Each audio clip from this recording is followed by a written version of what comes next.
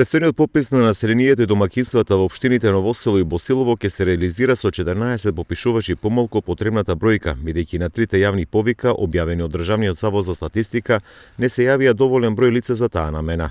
За овие две општини кои влегуваат во пописен реон број 15 требаше да се ангажираат 68 попишувачи и инструктори, но на трите јавни повика едва се јавија 54 лица, кои го поминале тестот и ги почна обуките како да ја вршат целата статистичка операција.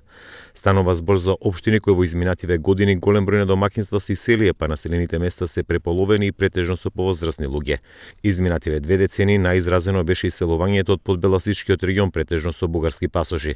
Според административниот регистар треба да бидат попишени населението и домаќинствата во 32 населени места, каде според последниот попис од 2002 живеат 25.827 жители со 6.797 домаќинства и 8.194 станови. Председателот на комисијата за овој реон Милан Андонов потврди дека на терен ќе работат со помалку попишувачи, но верува дека ангажираните лица ќе ја завршат операцијата бидејќи добар дел од населените места се мали и со мал број жители. Верувам дека со овие попишувачи ќе го реализираме пописот на населението и домаќинствата во општините Ново Село и Босилово.